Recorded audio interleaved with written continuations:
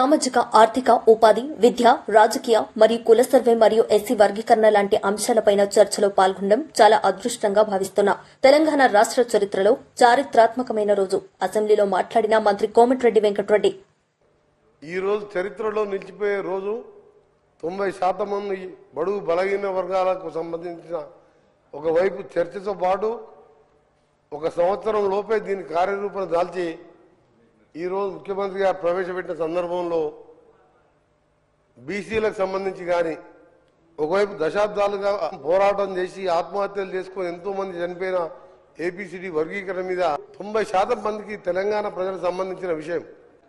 గతంలో దళిత ముఖ్యమంత్రి అని బీసీ బంధు అని చెప్పి రకరకాల మోసాలు చేసి ఈరోజు సభ నుంచి ఏదో ఈ ప్రభుత్వం చేసి ఈ గౌరవ ముఖ్యమంత్రి గారు ఈ ప్రభుత్వం తీసుకున్న నిర్ణయాన్ని పేద ప్రజలు బాగుపడతారు చూడలేక ఈరోజు నిజంగా వాళ్ళు బహిష్కరించడం బాధాకరం.